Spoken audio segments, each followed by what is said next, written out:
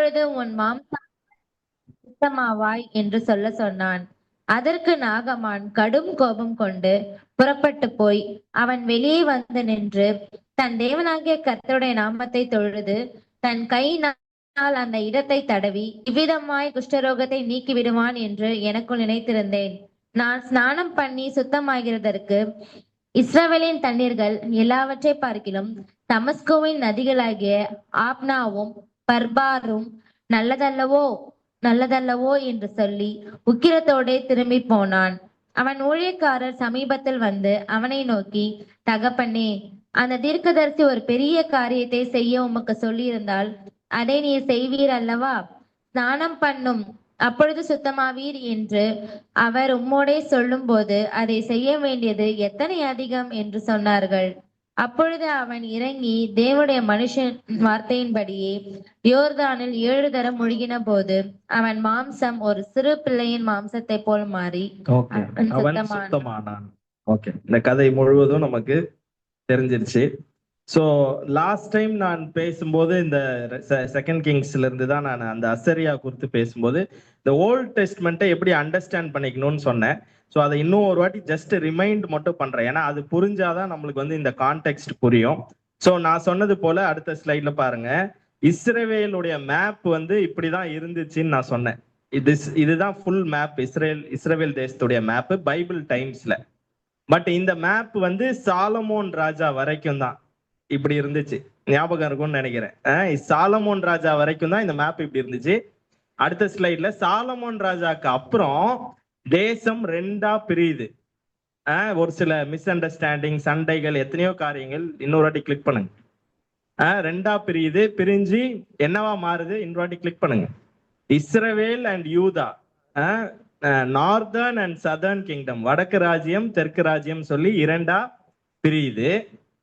அந்த northern kingdom அது வந்து வடக்கு ராஜ்யம் வந்து இஸ்ரவேல், சதர்ன் கிங்டம் அதுதான் ஜூடா. ஸோ வடக்கு ராஜ்யத்துடைய தலைநகரம் வந்து சமாரியா, யூதாவுடைய தலைநகரம் ஜெருசலேம். ஸோ இதை தான் அண்டர்ஸ்டாண்ட் பண்ணிக்கணும். சாலமன் வரைக்கும் தான் இஸ்ரவேல் வாஸ் ஃபுல். சாலமனுக்கு அப்புறம் பிளவுபட்டது. வடக்கு தனியா, தெற்கு தனியா, நார்த் சவுத் தனியா பிரிஞ்சிடுறாங்க. ஓகே, அடுத்த ஸ்லைட்ல பிரியிறப்போ இதுதான் கண்ட்ரி. இவங்களை சுத்தி இருக்கிறவங்க தான் இந்த எனிமீஸ். ஸோ நம்ம நிறைய ஓல்ட் டெஸ்ட்மெண்ட்ல வாசிப்போம். பிலிஸ்டைன்ஸ் வாசிப்போம், ஏதோமியர் வாசிப்போம், மோவாபியர், அம்மோனியர், அசீரியர், இதெல்லாம் we will read lot of enemies. இவங்க எல்லாருமே இவங்களை சுத்தி இருக்கிறவங்க தான். அப்பப்போ ஒருத்தவங்க வந்து இஸ்ரவேல் ஜனத்துக்கு தொல்லை கொடுப்பாங்க. ஓகே, இப்போ இதுதான் ஓல்ட் டெஸ்ட்மெண்ட். புரிஞ்சிருச்சு இல்ல? இப்போ நம்ம கான்டெக்ஸ்டுக்கு வருவோம். நாகமான் எங்க இருந்து வராருன்னா, நாகமான குறிச்சு அவ்வளோ நம்ம படிக்கிறோம் இல்லையா? ஆனா நாகமான் கிங்டம் ஆஃப் ஆரம் இருக்கா, டமஸ்கஸ் மேல ரைட் சைடு, அங்க இருந்து வராரு. அப்போ இவர் வந்து தேவனுடைய பிள்ளையா இல்ல புறஜாதியா? இவர் யாரு? புறஜாதி. சோ நாகமான் அவர் வந்து இஸ்ரவேல் கோத்திரத்தை சார்ந்தவர் இல்ல, இஸ்ரவேலுக்கு actually an enemy. Okay, so இந்த கான்டெக்ட்ல தான் நம்ம பார்க்கணும். இப்ப நம்ம வாசிக்கலாம். ஃபர்ஸ்ட் வேர்ஸ் நம்ம வாசிக்கிறோம். சீரிய ராஜாவின் படைத்தலைவர், ஆறாம் நாங்க போட்டிருந்துச்சு. ஆறாம்னா சீரியா தான், ரெண்டும் ஒரே நேம் தான். சீரிய ராஜாவின் படைத்தலைவனாகிய நாகமான் என்பவன் தன் ஆண்டவனிடத்தில் பெரிய மனுஷனும் எண்ணிக்கையுள்ளவனுமாயிருந்தான். அவனை கொண்டு கர்த்தர் சீரியாவுக்கு ரட்சிப்பை கட்டளையிட்டார். ஒரு முரண்பாடு இங்க தெரியுதா? ஆண்டவர் வந்து தெரிந்து கொண்ட ஜனம் வந்து இஸ்ரவேல் ஜனம். ஆனா இங்க நம்ம என்ன வாசிக்கிறோம்? இவன் வந்து எனிமி கேம்ப்ல உள்ளவன். நம்ம என்ன வாசிக்கிறோம்? கர்த்தர் இவனை கொண்டு சீரியாவுக்கு ரட்சிப்பை கட்டளையிட்டார். ஸோ ஒரு 4 லெசன்ஸ் வந்து நம்ம இந்த நாகமானுடைய ஸ்டோரியில நம்ம கத்துக்க போறோம். நம்பர் 1 வந்து காட் அபவ் ஆல், அனைத்துக்கும் அப்பாற்பட்ட தேவன். இந்த சம்பவத்துல மறைந்திருக்கிற ஒரு உண்மை என்னவென்றால், நாகமான் என்பவனை ஆண்டவர் முன்குறித்திருந்தார். கர்த்தர் அவனை நேசித்தாரு, முன்குறித்தாரு. அவனை வழி நடத்தினாரு, அவனை சுகப்படுத்தினாரு. ஆனால் அவன் எந்த எந்த கண்ட்ரியை சார்ந்தவன், நாட்டை சார்ந்தவன்னா இஸ்ரவேல் ஜனங்களுடைய எதிரி நாட்டை சார்ந்தவன். எதிரி நாட்டை சார்ந்த நாகமானோடு கர்த்தர் இருந்தாராம். அவன் மூலமா கர்த்தர் சீரியாவுக்கு ரட்சிப்பை கொடுத்தாராம். அப்ப இவங்க சீரியா வந்து யாரை எதிர்த்து சண்டை போடுவாங்க? இஸ்ரவேல் ஜனத்தை எதிர்த்து தான் சண்டை போடுவாங்க. இஸ்ரவேல் தோக்குறதற்கு காரணமானவன் தான் நாகமான். இஸ்ரவேலைக்கு ரொம்ப நெருக்கடி கொடுத்தவங்க தான் இந்த சீரியர்கள். அந்த நாகமானோடு கர்த்தர் இருந்து அவன் லைஃபையே ஆண்டவர் வழி நடத்துறத பாக்குறோம். சோ இதுல ஒரு பெரிய ஒரு சத்தியம் நம்ம அண்டர்ஸ்டாண்ட் பண்ணிக்க வேண்டியது, ஆண்டவர் அனைத்துக்கும் அப்பாற்பட்டவர். அனைத்துக்கும்னா அரசியலுக்கு, ஸ்போர்ட்ஸ்க்கு, நம்ம பார்க்கிற எல்லாமே. சில நேரம் சின்ன வயசுல நான் யோசிப்பேன், சண்டே இந்தியாவும் ஆஸ்திரேலியாவும் விளையாடுச்சுன்னா நான் யோசிப்பேன், ஆஸ்திரேலியா வந்து கிறிஸ்டியன் கண்ட்ரி, அவங்க வந்து சண்டே விளையாடுறாங்க, அதனால அவங்க தோத்துருவாங்கன்னு நினைப்பேன். பார்த்தா இந்தியா தான் தோக்கும். சரியா? அப்ப நான் யோசிப்பேன், என்ன இது ஆண்டவரு, அவன் பேர் வந்து ஆடம் கில் கிறிஸ்டின் வச்சிருக்கான், ரிக்கி பாயிண்டிங், கிறிஸ்டின்ஸ் எல்லாரும், ஆனா சண்டே விளையாடுறாங்க ஆண்டவரே, ஆனா ஜெயிக்கிறாங்க ஆண்டவரே அப்படின்னு. இதுதான் நம்மளுடைய மூளை. நம்ம என்ன நினைச்சு போனா, நம்மளை சுத்தி நம்ம கிறிஸ்டியன்ஸு நம்ம தான் பரலோகத்துக்கு போவோம், நம்ம ஜிஎஸ்பிஎஃப் நம்ம தான் அப்படின்னு நினைச்சிட்டு நம்மளே ஒரு ஸ்மால் சர்க்கிள் வந்து நம்மளை சுத்தி போட்டுக்கிறோம். ஆனா நம்ம ஆண்டவர் வந்து he is above all.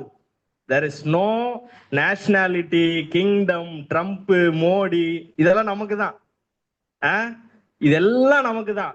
ஆனா நிறைய நேரம் நம்ம மைண்ட் வந்து சின்ன மைண்டா எப்படி இருக்குன்னா, நம்மளை பத்தியே யோசிக்கிறோம், நம்ம தான் பெருசுன்னு யோசிக்கிறோம். இங்க நாகமான், அவன் ஆண்டவர் தெரிந்து கொண்டார், அவனை ஆண்டவர் வழி நடத்தினார், சுகப்படுத்தினார், அவன் லைஃப் வந்து ஒரு பெரிய மகிமைகரமா மாத்தினாரு, அவனுக்கு வெற்றியை கொடுத்தாரு, அவன் மூலமா சீரிய தேசத்துக்கு ரட்சிப்பு கொடுத்தாரு. என்னென்னவோ ஆண்டவர் பண்றாரு, நம்மளுக்கு அது புரியவே புரியாது.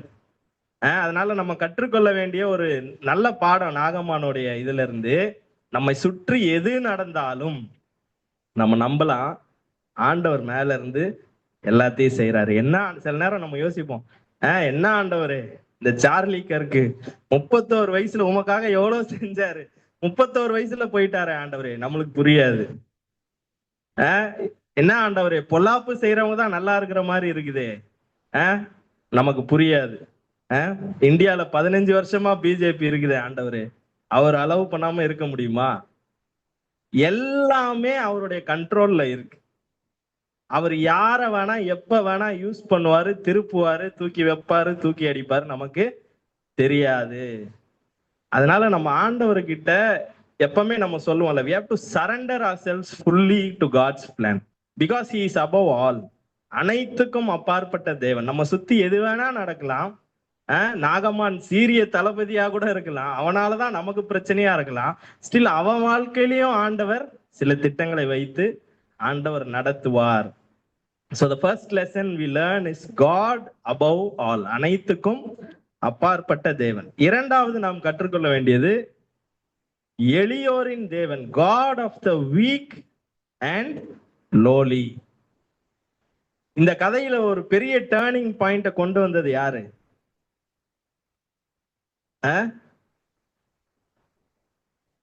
அந்த சிறு பெண், அவன் வீட்டுல இருந்த ஒரு பணிவிடைக்கார பெண், ஒரு வேலைக்கார ஒரு பெண்.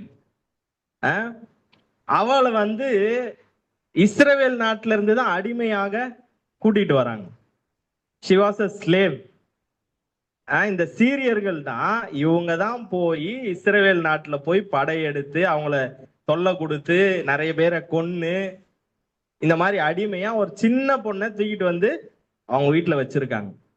she is a very poor girl, weak and lowly girl. ஒண்ணுமே இல்லாத ஒரு பெண்ணு. ஆனா இந்த ஒரு ஸ்டோரியில அவ வந்து ஒரு டேர்னிங் பாயிண்டா மாறுறா. அப்போ ஆண்டவர் யாருடைய தேவன்? எளியோரின் தேவன்.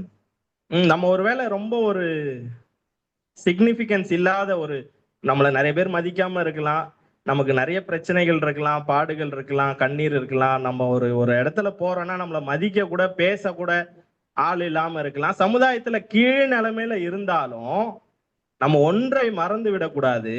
ஆண்டவர் நம்மை மறக்கவில்லை. நம்மையும் ஆண்டவர் என்ன பண்றாரு? யூஸ் பண்றாரு. பெரிய பெரிய காரியங்களை செய்யறதுக்காக யூஸ் பண்றாரு. பட் த சீக்ரெட் இஸ், அந்த பெண் அவ்வளவு பிரச்சனையின் மத்தியிலும் ஆண்டவரை விசுவாசித்தால், நம்பினாள். அல்லேலூயா. ஒரு நாள் அவ வீட்டுல இருக்கிறா. அப்ப அவளுக்கு தெரிய வருது, தன்னுடைய எஜமான் ஆகிய நாகமானுக்கு என்ன இருக்கு? குஷ்டரோகம் இருக்குன்னு. அப்ப அவளுடைய ஆட்டிடியூடு பாருங்க. பொதுவா நமக்கு யாராவது கஷ்டம் கொடுத்துட்டாங்கன்னு வச்சுக்கோங்களேன், அவங்களுக்கு நம்ம பார்த்துக்கிட்டே இருப்போம், ஆண்டவரே என்னைக்காவது ஒரு நாள் இவங்களுக்கு இதற்கேற்ற தண்டனையை நீங்க கொடுப்பீங்க, அதை என்னுடைய கண்கள் காணும். நம்ம ஜெபம் பண்ணுவோம். அப்ப திடீர்னு அவங்களுக்கு ஒரு பிரச்சனை வரும்போது நம்ம யோசிப்போம், ஆண்டவர் நீதி உள்ளவர்ப்பா, ஆண்டவர் நீதி உள்ளவர். என்னைக்கா இருந்தாலும் இது ஆண்டவர் என்ன பண்ணுவாரு? திருப்பி அவங்களுக்கே அடிப்பாரு, அடிச்சிட்டாரு. அப்படிதான் நம்ம யோசிப்போம். இவ இப்படி ஒரு வேலைக்காரியா அனாதையா நிக்கிறதுக்கு காரணமே யாரு? நாகமான் உடைய படைகள் தான். இவ இன்னைக்கு அப்பா அம்மா இல்லாம, ஒண்ணும் இல்லாம, எதுவுமே இல்லாம நிக்கிறதுக்கு காரணமே நாகமான் தான். ஆனா நாகமானுக்கு ஒரு குஷ்டரோகம் தெரிஞ்ச உடனே அவளுடைய இருதயம் எப்படி இருக்கு பாருங்க. ஆண்டவரே, இவர் சுகம் பெறணும், இவர் சுகம் பெறணும், எப்படியாவது இவர் சுகம் பெறணும். அப்ப நம்ம எவ்வளவு எளிய மக்களாக இருந்தாலும் நாம் விசுவாசத்திலும் அன்பிலும் நிலையான மக்களாக இருக்க முடியும். ஏன்னா நம்முடைய ஆண்டவர் எளியோரின் தேவன், God of the weak and lowly. இன்னைக்கு நாகமான் ஸ்டோரியை நம்ம எங்கேயாவது சொன்னா கூட அங்க ஹீரோ யாரு தான்? யாரு மெயினா அந்த கதையில யாரதான் சொல்லுவோம்? நம்ம நாகமான தான் சொல்லுவோம், எலிசாவை சொல்லுவோம், நாகமான சொல்லுவோம். ஏன்னா இந்த பொண்ணுக்கு ஆக்சுவலி பேரே இல்லை. இந்த பொண்ணுக்கு பேரே இல்லை. இத மாதிரி நிறைய பேர் பைபிள்ல இருக்காங்க, இந்த மாதிரி லோவா இருந்து ஆண்டவர் உயர்த்தன, எஸ்தர், யோசேப்பு. ஆனா அவங்களுக்கு அட்லீஸ்ட் பேர் இருக்கு, அவங்களுக்கு அட்லீஸ்ட் பேர் இருக்கு. இந்த பொண்ணுக்கு பேரு கூட இல்லை, அதனால நிறைய இடத்துல மென்ஷன் ஆகிறதும் இல்லை. ஆனா இவள் செய்த ஊழியம், இவ்வளவு ஒரு எளிமையான ஒரு பெண், அவள் செய்த ஊழியம், அவளுக்கு இருந்த விசுவாசம் ரொம்ப உயர்ந்ததா இருந்தது. ஆண்டவர் அவள் மூலமாக நாகமானுடைய வாழ்க்கையில பெரிய காரியங்களை செய்தார். இன்றைக்கு நாம் என்ன நிலைமையில இருந்தாலும், எவ்வளோ எளிய மக்களாக இருந்தாலும், ஒன்று மட்டும் நிச்சயம், ஆண்டவர் நம்மை மறக்கிற தேவன் அல்ல. ரீசெண்டா கூட ஒரு மெசேஜ் கேட்டோம்ல, என்னால் நீ மறக்கப்படுவதில்லை. ஆண்டவர் மறக்கிற தேவனே இல்லை. என்ன கொண்டு ஆண்டவர் பெரிய காரியங்களை செய்ய முடியுமா? நிச்சயமாய் செய்ய முடியும். ஆண்டவர் செய்து கொண்டிருக்கிறார்.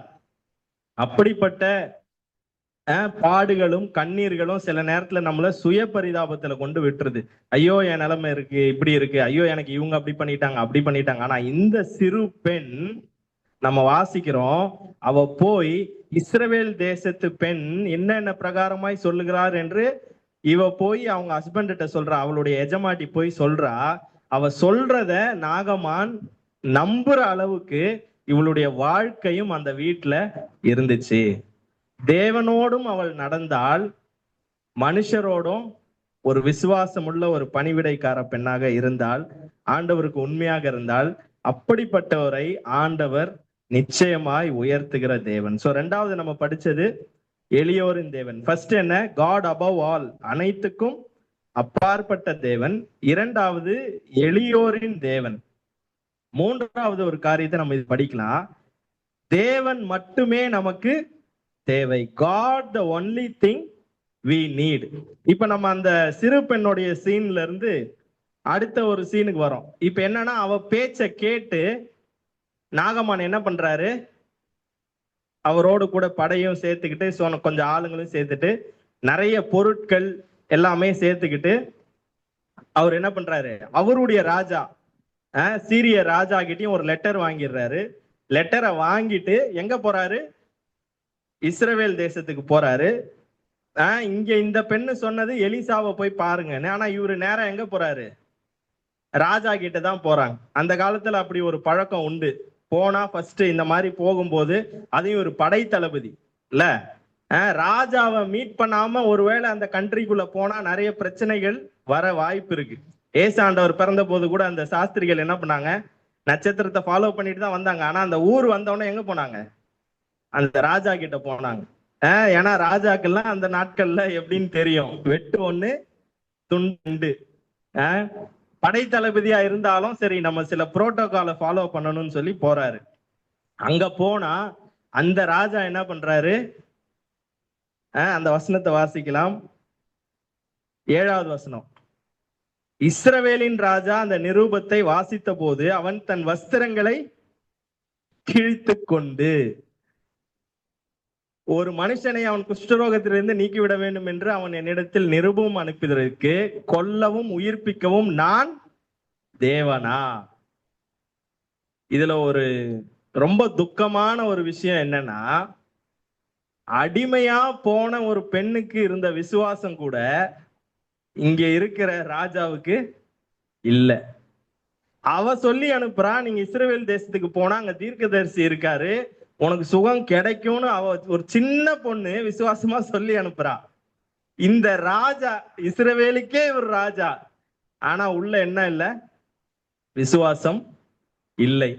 அந்த நாகமான் கூட அதை நம்பி வந்துடுறான். ஆனா இஸ்ரவேல்லே இருந்துகிட்டு, ராஜாவா இருந்துகிட்டு இவனுக்கு என்ன இல்ல, விசுவாசம் இல்லை. இவன் என்ன நினைச்சுக்கிட்டா, அந்த நாட்டுக்காரங்க ஏதோ சதி பண்றாங்க, இந்த மாதிரி ஆள் அனுப்பி நம்மகிட்ட சண்டை போடுறதுக்காக. இவனை ஒருவேளை நான் சுகமாக்கலன்னா அந்த ராஜா டென்ஷன் ஆகி என்ன பண்ணுவான், படையை தூக்கிட்டு வந்துருவான் அப்படின்னு சொல்லி சதி பண்றாங்கன்னு சொல்லி இவன் என்ன பண்றான், சட்டையை கிழித்து கொள்ளுகிறான். இதுவும் நம்ம கற்றுக்கொள்ள வேண்டிய ஒரு பாடம். நம்ம வந்து விசுவாசிகள் எல்லாமே நம்ம சொல்லலாம். ஆனா சில நேரத்துல சில பிரச்சனைகள் பாடுகளை நம்ம சந்திக்கும் போது ஒரு சில எளிய மக்களுக்கு இருக்கக்கூடிய விசுவாசம் கூட நமக்கு அந்த பிரச்சனையை சந்திக்க இருப்பதில்லை. அதுதான் இந்த ராஜா சட்டையை கிழிச்சுக்கிறான். அப்போ எலிசா வந்து இதை கேள்விப்பட்டு என்ன பண்றாரு, நீ ஏன்பா சட்டையை கிழிச்சுக்கிற, நீ என்னிடத்தில் அனுப்பு அப்படின்னு சொல்றாரு.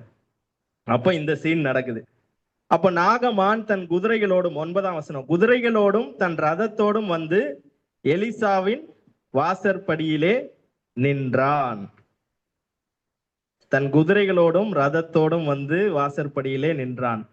எலிசாவுடைய வீட்டு வாசல்ல ஒரு பெரிய பட்டாளமே வந்து நிக்குது. ஒருவேளை நம்ம வீட்டு வாசல்ல அப்படி வந்து நின்னா, ஒரு பெரிய கான்வாய், சைரன் வச்ச வண்டி ஒரு 10 வண்டி வந்து நம்ம வீட்டு வாசல்ல வந்து நின்னா நம்ம என்ன பண்ணுவோம்? அதுவும் வந்து என்ன சொல்றாங்க, உங்களை பார்க்க தான் வந்திருக்காங்க, ஒரு விஐபி வந்திருக்காங்கன்னா நம்ம என்ன பண்ணுவோம், எங்க எட்ரா பீரோல ஏதாவது பொன்னாடை இருக்குதா, ஏதாவது ஒரு டவலாவது இருக்கா, நம்ம போட்டு வரவேற்கலாம். ஆனா இங்க 10வது வசனம், அப்பொழுது எலிசா அவனிடத்தில் ஆள் அனுப்பி, நீ போய் யோர்தானில் 7 தரம் ஸ்நானம் பண்ணு, அப்பொழுது உன் மாம்சம் மாறி நீ சுத்தமாவா என்று சொல்ல சொன்னான். எலிசா வெளியவே வரல, ஆள் அனுப்பி நீ போய் சொல்லு, அங்க யோர்தான்ல போய் 7 தரம் ஸ்நானம் பண்ண சொல்லு, நீ சொஸ்தமாவாய். எலிசா பண்ணது எப்படி ஒரு மரியாதையான விஷயமா இல்லையா? சொல்லுங்க, இது செஞ்சது கரெக்ட் தானா? ஒரு மரியாதை இருக்கா அவர் பண்ணதுல? இல்லையா? 11வது வசனம், அதற்கு நாகமான் கடும் கோபம் கொண்டு புறப்பட்டு போய் அவன் வெளியே வந்து நின்று, எலிசா வெளியே வந்திருக்கணும், என் தேவனாகிய கர்த்தருடைய நாமத்தை தொழுது தன் கையினால் அந்த இடத்தை தடவி இவ்விதமாய் குஷ்டரோகத்தை நீக்கி விடுவான் என்று எனக்குள் நினைத்திருந்தேன். இந்த இடத்துல ஒரு ஆழமான ஒரு சத்தியம் இருக்கிறது, அதை நம்ம புரிஞ்சுக்கணும், அந்த பாடத்தை நம்ம கத்துக்கணும். அதான் 3வது, தேவன் மட்டுமே நமக்கு தேவை. இங்க எலிசா வந்து இவர் வந்து ஒரு புறஜாதியான ஒரு மனுஷன், ஆண்டவரை பத்தியே அவ்வளவா தெரியாது, ஹீஸ் a heathen. அப்படிப்பட்ட ஒரு மனுஷன் ஆண்டவரை தேடி வரும்போது எலிசா வந்து தெளிவா இருந்தாரு, இந்த மனுஷனுக்கு தேவை என்னது, தேவன் மட்டுமே. இந்த மனுஷனுக்கு தேவை தேவன் மட்டுமே. ஒருவேளை எலிசா வந்து இதையும் அதையும் செஞ்சிருந்தா, ஒரு டவலை தூக்கி போட்டு சுகப்படுத்தி இருந்தாலோ, இல்ல கை வச்சிருந்தாலோ, ஏதாவது பண்ணிருந்தா அந்த மனுஷன் உண்மையில யார பிடிச்சிருப்பானா எலிசாவை தான் பிடிச்சிருப்பான். பெரிய ஆளா தன் வாழ்க்கையில எலிசாவை தான் ஒரு தெய்வமா ஏற்றுக்கொண்டு இருப்பான். இல்ல வேற எதையாவது செய்ய சொல்லி கிட்ட வந்து பேசி அது இது எது பண்ணாலும் உண்மையிலே இவனுக்கு ஆண்டவர் தெரிய வராது. இவனுக்கு தேவை ஆண்டவர். அப்படின்ற பட்சத்துல இவர் என்ன சொல்றாரு, நீ போய் 7 தரம் ஸ்நானம் பண்ணு. அது ஏன் 7 தரம் ஸ்நானம் பண்ணு? வேற ஏதாவது கூட சொல்லியிருக்கலாமே. இதுல ஒரு ஆழமான அர்த்தம் இருக்கு. லேவியராகமும் 14 எடுத்துக்கலாம். லேவியராகமும் 14ல என்ன சொல்லப்படுது? குஷ்டரோகம் ஒருத்தனுக்கு சுகமாச்சுன்னா லேவியராகமும் 14:7ல குஷ்டம் நீங்க சுத்திகரிக்கப்படுகிறவன் மேல் 7 தரம் தெளித்து. எதை தெளிக்கணும்னா, அதுக்கு முன்னாடி வசனம்லாம் வீட்டுல போய் வாசிச்சு பாத்தீங்கன்னா 2 குருவி எடுக்கணும், கேதரு மர கட்டை எடுக்கணும், சிவப்பு நூல் எடுக்கணும், ஈஸ்ட் எடுக்கணும். அதுல ஒரு குருவியை கொல்லணும். அந்த ரத்தத்தை மண்டபத்துல தெளிச்சு இந்த மீதி 4 பொருளையும் அந்த ரத்தத்துல மிக்ஸ் பண்ணணும். இதெல்லாம் வந்து 6 வசனம் வரைக்கும் நீங்க வீட்டுல போய் வாசிச்சு பாருங்க. இதெல்லாம் பண்ணி அதை எடுத்து 7 தரம் யார் மேல தெளிக்கணும்? குஷ்டரோகம் ஒருத்தனுக்கு சுகமாச்சுன்னா அவன் மேல தெளிக்கணும். அப்புறம் 8வது வசனம், அதுக்கப்புறம் என்ன பண்ணணுமா, 7 நாள் இவன் வந்து கூடாரத்துக்கு வெளியே தங்கணும். 7 நாள், அது ஒரு 7 நாள். அதுக்கப்புறம் 9வது வசனம், 7ஆம் நாளிலே தன் தலையையும் தாடியையும் புருவங்களையும் தன்னுடைய மயிர் முழுவதையும் சிரைத்து தன் வஸ்திரங்களை தோய்த்து ஜலத்தில் ஸ்நானம் பண்ண வேண்டும். எத்தனாவது நாள்? 7 7 7ன்னு 3 வாட்டி வருது. என்னென்னவோ பண்ண சொல்றாங்க. இந்த குஷ்டரோகம் சரியாயிடுச்சுன்னா அந்த நாட்கள்ல இருந்த ரூல்ஸ். ஆனா இவன் புது ஆளு. இவங்கிட்ட இவ்வளவு சொன்னா இவனுக்கு செய்யவும் தெரியாது. அட்லீஸ்ட் ஒரு 7 தடவை நீ போய் அதுல ஸ்நானம் பண்ணு. இப்ப சொல்லுங்க, அவர் சொன்னது ஓகேவா இல்லையா? குருவி எங்க போய் பிடிக்கிறது, கேதரு மர கட்டை, சிவப்பு நூல், ஈசோப்பு, இதெல்லாம் அவர் சொல்லல. புதுசா வந்திருக்கான். ஆண்டவரை தெரிஞ்சுக்கணும். அவனுக்கு தேவை ஆண்டவர். இதுக்கு நடுவுல நான் போய் அவனை ரொம்ப குழப்ப கூடாது. இதை பண்ணு அதை பண்ணு அதெல்லாம் குழப்ப கூடாது. Let him go. அவன் போட்டோம், போய் இதை செஞ்சு அவனுக்கு சுகம் கிடைக்கும். அங்க வந்து எலிசா வந்து ஆண்டவருடைய வார்த்தையில ஸ்ட்ராங்கா நின்னார். எவ்வளவு பெரிய ஆளாவானா இருக்கட்டும், எவ்வளவு படையோட வரட்டும், ஆனா ஆண்டவருடைய வார்த்தையில ஸ்ட்ராங்கா நான் இருப்பேன். கர்த்தருடைய வார்த்தையை காம்ப்ரமைஸ் பண்ண மாட்டேன். இது ஒரு நல்ல ஒரு பாடம். நிறைய பேர் நம்ம சர்ச்சுக்கெல்லாம் புதுசா வரும்போது நாம் கற்றுக்கொள்ள வேண்டிய ஒரு பாடம். அவங்களுக்கு வந்து எதை நாம் அன்பெல்லாம் காட்டணும், அதெல்லாம் தப்பு கிடையாது. ஆனா அன்பையே காட்டிட்டு ஆண்டவரை காட்டலைன்னா அது எங்க போய் முடியும் நம்மளுக்கே தெரியாது. அது நிறைய எக்ஸ்பீரியன்ஸ் இருக்கு. அன்பையே காமிச்சிட்டு ஆண்டவர் வார்த்தையை காம்ப்ரமைஸ் பண்ணா அதுவும். அப்போ ஒரு சர்ச்சில் வந்து ஒரு நியூ பிலீவரை நம்ம எப்படி ட்ரீட் பண்ணணும்? அவங்களுக்கு தேவன் எப்படியாவது அன்பு காட்டணும், ஆனா ஆண்டவரை கண்டிப்பா காட்டணும். ஆண்டவருடைய வார்த்தையை நம்ம காம்ப்ரமைஸ் பண்ணக்கூடாது. அதுதான் எலிசா பண்ணாரு. உனக்கு சுகம் நான் தரேன். ஆக்சுவலி என்ன, இவன் புறஜாதி, உனக்கு சுகம் கிடையாது, நீ ஆண்டவரை முதல்ல நீ ரட்சிக்கப்பட்டு வாப்பான்னு கூட சொல்லி இருக்கலாம். சுகம் நான் தரேன், ஆனா I will not compromise on God's word. I will not compromise on other things. மகிமையை ஆண்டவரை விட்டு நான் எடுக்க மாட்டேன் அப்படின்னு சொல்லி அனுப்புறாரு. இவன் ஃபர்ஸ்ட் கோவப்படுறான். ஆனா கோவத்தை சால்வ் பண்ணது யாரு? இங்கேயும் ஒரு எளியோரின் தேவை. எளிய மக்கள் தான் அவனுக்கு அட்வைஸ் கொடுக்குறாங்க. யாரு? எத்தனாவது வசனம்? 13வது வசனம். அவன் ஊழியக்காரர் சமீபத்தில் வந்து அவனை நோக்கி, தகப்பனே, இந்த தீர்க்கதரிசி ஒரு பெரிய காரியத்தை சொல்லி செய்ய சொன்னா செஞ்சிருப்பீங்க. ஜஸ்ட் 7 தடவை ஸ்நானம் தானே பண்ண சொன்னாங்க. இங்கேயும் யார் யூஸ் ஆகிறா? எளிய அவனுடைய ஊழியக்காரர். ஆண்டவர் அவங்கள யூஸ் பண்றாரு. ஆனா அவன் கன்வின்ஸ் ஆகிறான். அவன் போய் 7 தரம் ஸ்நானம் பண்ணும்போது அவனுடைய உடம்பு எப்படி மாறுச்சான்? ஒரு குழந்தையை போல மாறியது. ஆக்சுவலி அவன் உடம்பு மட்டும் குழந்தையை போல மாறல, அவனுடைய ஸ்பிரிட்டுமே அவன் ஆவிக்குரிய வாழ்க்கையுமே எப்படி மாறிடுச்சு? குழந்தையை போல மாறிடுச்சு. அப்போ நம்ம எல்லாருக்கும் தேவையானது என்னது? முதல்ல தேவன். நமக்கு மட்டுமல்ல, புதுசா வரவங்களுக்கு, ஆண்டவரை அறியாதவங்களுக்கு நம்ம என்ன அன்பு வேணா காட்டலாம், பேசலாம், எல்லாமே பண்ணலாம். ஆனா ஆண்டவரை காண்பிக்காமலோ ஆண்டவர் வார்த்தையை சொல்லாமலோ நம்ம விட்டுறக்கூடாது. ஏன்னா அதுதான் ஒர்க் ஆகும், அதுதான் நிலைச்சு நிற்கும், அதுதான் நிலைச்சு நிற்கும். So the God the only thing we need. லாஸ்டா ஒன்னு பார்த்துருவோம். ரட்சிப்பு கர்த்தருடையது மட்டுமே. God's work of salvation by him alone. இவன் சுகம் ஆயிருச்சு. சுகமானவன திருப்பி எங்க போறான்? எலிசாவை பார்க்க போகிறான். எலிசாவை பார்க்க போயிட்டு தான் கொண்டு வந்த கிஃப்ட்ஸ் எல்லாம் என்ன, 3 காரியத்தை அவன் செய்யறான். அதை மட்டும் நம்ம பார்த்துருவோம். முதலாவது என்ன பண்றான்? சுகம் கிடைச்ச உடனே அவனுக்குள்ள ஒரு விசுவாசம் வந்துருச்சு. முதலாவது அவர்கிட்ட போய் அவன் சொல்றான், திரும்பி 15வது வசனம், திரும்பி அவருக்கு முன்னாடி, இதோ இஸ்ரவேலில் இருக்கிற தேவனை தவிர பூமி எங்கும் வேற தேவன் இல்லை என்பதை அறிந்தேன். ஃபர்ஸ்ட் அவனுடைய விசுவாசத்தை அறிக்கை பண்றான், நம்பிட்டான். இப்ப அவனுக்கு புரியுது யாருதான் தெய்வம். யாவே, இஸ்ரவேலின் தேவன் தான், கர்த்தர் தான் தெய்வம்னு அவன் நம்பிட்டான். ஃபர்ஸ்ட் அதை அறிக்கை பண்றான். அவனுடைய விசுவாசம், நான் இனிமே நான் கர்த்தரை ஏற்றுக்கொள்ளுகிறேன் என்று அறிக்கை பண்றான். ரெண்டாவது என்ன பண்றான்? ஒரு காணிக்கையை வாங்கி கொள்ள வேண்டும் என்று சொல்லுகிறான்.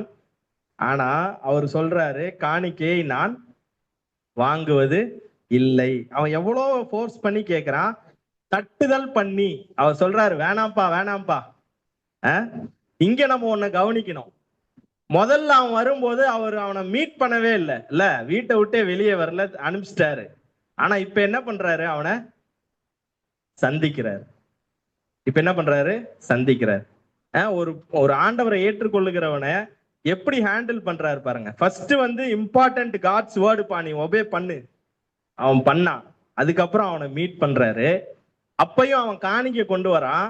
அப்பயும் அவருக்கு தெரியுது இவன் புது ஆளு.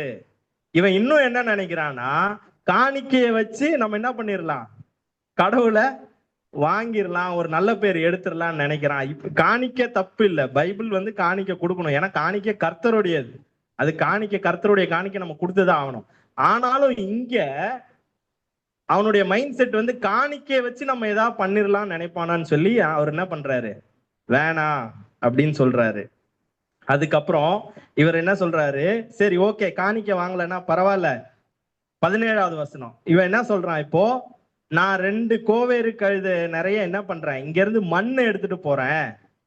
நான் மண்ணை எடுத்துட்டு போய் எங்க ஊர்ல போய் இந்த மண்ணை வச்சு நான் ஏதாவது கட்டி உங்க ஆண்டவருக்கு நானு பலி செலுத்துறேன் அப்படின்றான். இவன் ரட்சிக்கப்பட்டாதான்.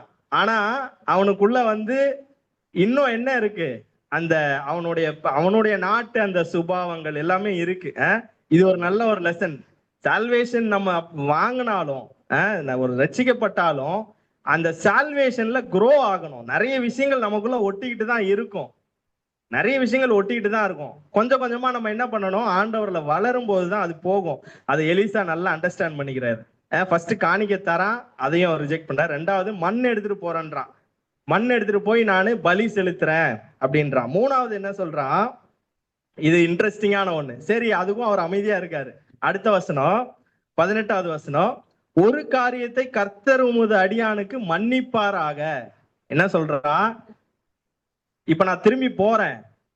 என்னுடைய எஜமான் யாரு? எனக்கு லெட்டர் எழுதி அனுப்புனார்ல ஒரு ராஜா, அவரு இன்னும் அந்நிய கடவுள் ரிமோன் கடவுளை தான் வணங்குறாரு. ஆனா நான் அவருக்கு தான் அசிஸ்டண்டா வேலை செய்யறேன். அவரு போய் கோயில்ல நிக்கும் போது நானும் என்ன பண்ணணும்? கோயில்ல போய் நின்னுதான் ஆகணும். நான் சும்மா நின்னுட்டு வருவேன். அத எனக்கு ஆண்டவர் என்ன பண்ணணும்? மன்னிக்கணும் அப்படின்னு சொல்றாரு. 19வது வசனம் இப்படி சொல்றாரு. எப்படி நம்ம ரியாக்ட் பண்றது? சமாதானத்தோட போ என்றான். இப்ப இது கரெக்டா இல்லையா எலிசா பண்ணது? அவன் சொல்றான், ஆண்டவரை நான் விசுவாசிக்கிறேன், ஆனாலும் ஒரு சில விஷயங்கள்லாம் நான் அப்படி காம்ப்ரமைஸ் பண்ணி அட்ஜஸ்ட் பண்ணி தான் ஓட்ட வேண்டியது இருக்குது. அப்போ இவர் சொல்றாரு, சமாதானத்தோட போ. இது என்ன, இது சொன்னது கரெக்டா தப்பா?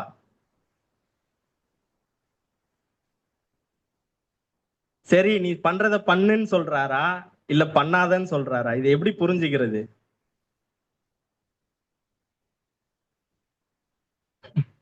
எல்லாம் எது சொன்னாலும் அந்த மம்புல மாட்டிப்போம், நம்ம அமைதியா இருந்துருவோம்.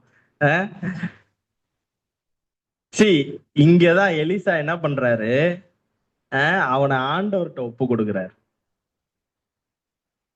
இவன் என் கையில இருக்க போறதில்லை, இவனை ஒவ்வொரு நாளும் நான் கண்ட்ரோல் பண்ண போறதில்லை. ஆனா நீ சமாதானத்தோட போ, ஆண்டவர் உன்னை வழி நடத்துவார்.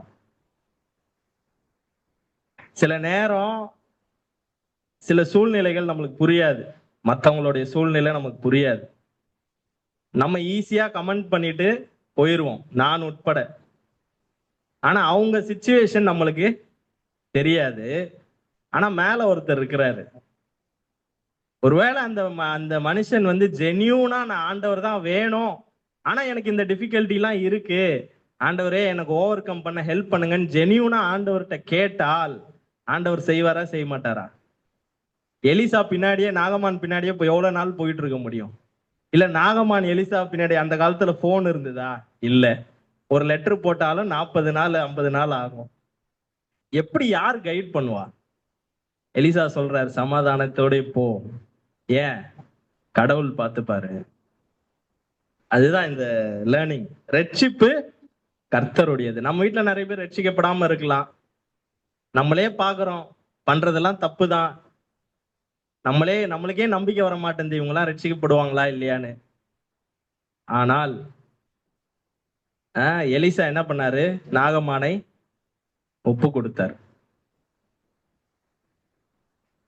சரி, ஒப்பு கொடுத்ததுனால ஆண்டவர், நாகமான் ஆண்டவருக்காக வாழ்ந்தாரா இல்லையா?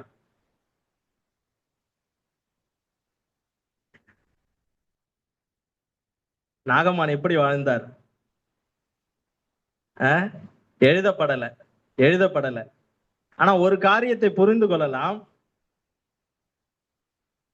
இயேசு ஆண்டவர் பிரசங்கம் பண்ணும்போது, பேசும்போது நாகமானை குறித்து பேசுகிறார். ஒருவேளை அவன் வழி தவறி போய் அவன் ஒரு பேட் எக்ஸாம்பிளா ஆயிருந்தா கண்டிப்பா இயேசு ஆண்டவர் அவன் எக்ஸாம்பிள் என்ன பண்ணிருக்க மாட்டாரு, யூஸ் பண்ணிருக்க மாட்டார். எங்க லூக்கா 4:27, லூக்கா 4:27 அது மட்டும் நம்ம பார்த்து முடிக்கலாம்.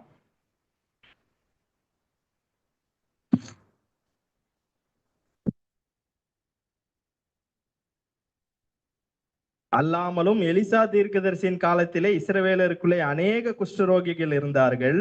ஆயினும் சீரிய தேசத்தானாகிய நாகமானே அல்லாமல் அவர்களில் வேறு ஒருவனும் சுத்தமாக்கப்படவில்லை என்று சத்தியத்தின்படியே உங்களுக்கு சொல்லுகிறேன். ஏசு ஆண்டவர் வந்து ஒருவேளை அவருக்கு எல்லாமே தெரியும் இல்ல, பாஸ்ட் பிரசன்ட் ஃபியூச்சர் எல்லாம். ஒருவேளை நாகமான் வந்து ஆண்டவருக்காக வாழலைன்னா மேபி அந்த எக்ஸாம்பிளை யூஸ் பண்ணிருக்க மாட்டார். ஆனா இந்த இடத்துல ஆண்டவர் வந்து இந்த யூதர்களை கடிந்து கொள்றதுக்கு நாகமான ஒரு எக்ஸாம்பிளா சொல்றாரு. நீங்க எல்லாம் இவ்வளவு தூரம் வார்த்தையை கேட்டு இப்படி இருக்கிறீங்க, ஆனா நாகமான் ஒரு புறஜாதியான். அவன் இஸ்ரவேல்ல அவ்வளவு குஷ்டரோகி இருந்தோம், அவன் விசுவாசித்து அவன் விசுவாசத்துல அவன் என்ன பண்ணா, சுகத்தை வாங்கினா. அடுத்த வருஷம் 28, ஜெபாலயத்தில் எல்லாரும் இவைகளை கேட்ட பொழுது கோபம் அடைந்தார்கள். ஏன்? இவன் புறஜாதியான ஆளு, இஸ்ரவேலோட சண்டை போட்ட ஆளு, அவனை குறித்து இவரு இவ்வளவு பெருசா பேசுறாரு. ஏன்? அவங்களுக்கு தெரியல, காட் இஸ் அபவ் ஆல், அவர் எல்லாத்துக்கும் அப்பாற்பட்ட தேவன். அந்நியனோ புறஜாதியோ கிரேக்கன் என்றும் இல்லை, யூதன் என்றும் இல்லை, எல்லாரையும் ஆண்டவர் நேசிக்கிறார். அப்ப நம்மளும் எல்லாரையும் நேசிக்கணும். எல்லாருக்காகவும் ஆண்டவர் மரிச்சாரு, நம்மளும் அந்த சுவிசேஷத்தை எல்லாருக்கும் சொல்லணும். யாருமே விதிவிலக்கு இல்ல. ரட்சிப்பு கர்த்தருடையது. யாருமே ரட்சிக்கப்பட மாட்டாங்கன்னு நம்ம சொல்லவும் கூடாது, சொல்லவும் முடியாது. சமாதானத்தோடே போ அப்படின்னா என்ன? அதுல நிறைய மீனிங் இருக்கு. உனக்காக நான் ஜெபம் பண்ணிக்கிறேன் அப்படி கூட இருக்கலாம். நீ நல்லா இருப்ப, ஒரு ஆசீர்வாதமா கூட இருக்கலாம். நீ சமாதானமா இருப்ப, ஆசீர்வாதமா கூட இருக்கலாம். ஆனா ஏசு ஆண்டவரே பல நூற்றாண்டு கழிச்சு நாகமானை குறித்து சாட்சி சொல்லுகிறார். கர்த்தர் நல்லவர். கண்களை மூடி நாம் ஜெபிக்கலாம். அன்புள்ள ஆண்டவரே, இன்றைக்கும் நாங்கள் நாகமானுடைய வாழ்க்கையிலிருந்து சில காரியங்களை பார்க்க நீர் உதவி செய்தீர். ஆண்டவரே, இஸ்ரவேல்ல அத்தனை குஷ்டரோகிகள் இருக்கும்போது நாகமான் என்கிற புறஜாதி மனுஷன், ஆண்டவரே, அவனை நீர் சுகப்படுத்தினீர். அவன் வாழ்க்கையில பெரிய காரியங்களை செய்தீர். அவனை ரட்சித்தீர். அவனை ஒரு சாட்சியாக மாற்றினீர். ஆண்டவரே, அப்படி இருக்கும்போது ஆண்டவரே, ரட்சிப்பு உம்முடையது. நீர் ரட்சிப்பின் கிரியையை ஆண்டவரே யாருக்கு வேண்டுமானாலும் நீர் செய்யலாம். இந்த வேளையில எங்கள் அநேகர் குடும்பத்துல அநேகர் ரட்சிக்கப்படலை, எங்க சபையில ரட்சிக்கப்படலை, எங்களுக்கு எல்லாம் பாரம் இருக்கிறது. ஆனாலும் நாங்கள் உம்மை நம்புகிறோம். உம்மால் கூடாத காரியம் ஒன்றுமே இல்லை. நாங்கள் எல்லாரும் அந்த நாகமான் வீட்டு பணிவிடை செய்து கொண்டிருந்த அந்த பெண்ணை போல ஆண்டவரே, நாங்கள் எந்த சூழ்நிலையில இருந்தாலும் ஆண்டவரே, உமக்கு உண்மையாக, உமக்கு சாட்சியாக, உம்மை பற்றி அநேகருக்கு சொல்லுகிறவர்களாக, எங்கள் சத்துருக்களையும் சிநேகிக்கிறவர்களாக, அது நாகமானா இருந்தாலும் ஆண்டவரே, நாங்கள் அப்படிப்பட்ட மக்களையும் நேசிக்கவும் உம் பக்கமாக திருப்பவும் கொண்டு ஆண்டவரே, எங்களை கொண்டு நீர் அந்த கிரியையை நீர் செய்யும். நீர் எல்லாவற்றுக்கும் அப்பாற்பட்டவர் என்று நாங்கள் கற்றுக்கொண்டோம். அதற்காக உமக்கு நன்றி செலுத்துகிறோம். எளியோரின் தேவனே, உமக்கு நன்றி செலுத்துகிறோம். ஆண்டவரே, நீரே எங்களுடைய ஒரே தேவை. நாகமானுக்கு தேவை ஆண்டவர் மட்டுமே என்று எலிசா செய்த எல்லா காரியங்களையும் கற்றுக்கொண்டோம். எங்கள் வாழ்க்கையிலும் உண்மையே நாங்கள் முக்கியப்படுத்தவும் ஆண்டவரே, எங்களை சுற்றி இருக்கிறவர்கள் வாழ்க்கையிலையும் உண்மையே நாங்கள் காண்பிக்கவும் உதவி செய்யும். கடைசியாக ஆண்டவரே, ரட்சிப்பு கர்த்தருடையது என்று பார்த்தோம். Salvation God's work by him alone. அதை விசுவாசிக்கவும் அதை எங்களுடைய குடும்பங்கள்ல நாங்கள் பார்க்கவும் நீர் உதவி செய்யும். நீர் மகிமைப்படும் ஆசீர்வதி. இயேசுவின் நாமத்தில் கேட்கிறோம் எங்கள் நல்ல பிதாவே, ஆமீன். என் ஆத்துமாவே கர்த்தரை ஸ்தோத்திரி, என் முழுவலமே அவருடைய பரிசுத்த நாமத்தை ஸ்தோத்திரி. என் ஆத்துமாவே கர்த்தரை ஸ்தோத்திரி, கர்த்தர் செய்த சகல உபகாரங்களையும் மறவாதே. ஆமீன்.